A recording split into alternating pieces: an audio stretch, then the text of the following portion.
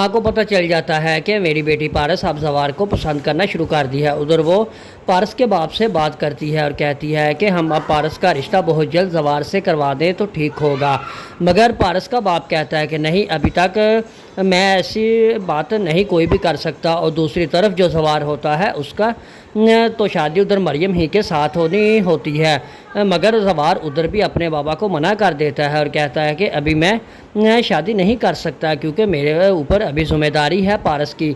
जब तक मैं पारस की ज़िम्मेदारी इनके बाबा को वापस नहीं कर देता तो मैं ऐसा कदम नहीं उठा सकता। तो इधर जवार का बाप कहता है कि तुम अपने बॉस को कह दो कि मैं अब इसे और मज़ीद यहाँ नहीं रख सकता। तो आगे से जवार कहता है कि हमने बहुत ज़्यादा रकम ली हुई है, उनसे हम उन्हें किस तरह जवाब दे दें। अगर हम पारस की सिक्योरिटी का उन्हें जवाब देते हैं तो हमें वो सारी रकम लौटानी होगी। और दूसरी तरफ जो आफताब होता है उसकी माँ कहती है कि बेटा अब तुम्हें अपने मामू के साथ ही रहना होगा, क्योंकि उनकी जितनी जायदाद है वो सारी पारस के नाम ही ना कहीं करवा दें, क्योंकि जितना तुम उनके करीब रहोगे तो उतने ही ज़्यादा चांसेस होंगे। तो आगे से आफताब कहता है कि ठीक है, मैं अब माँ उनके साथ ही रहा करूँगा।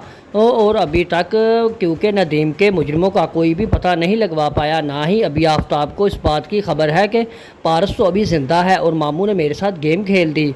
जब आफताब को पता चलेगा कि पारस वाकई में ही ज़िंदा है तो फिर देखे कि आफताब पर क्या गुजरेगी।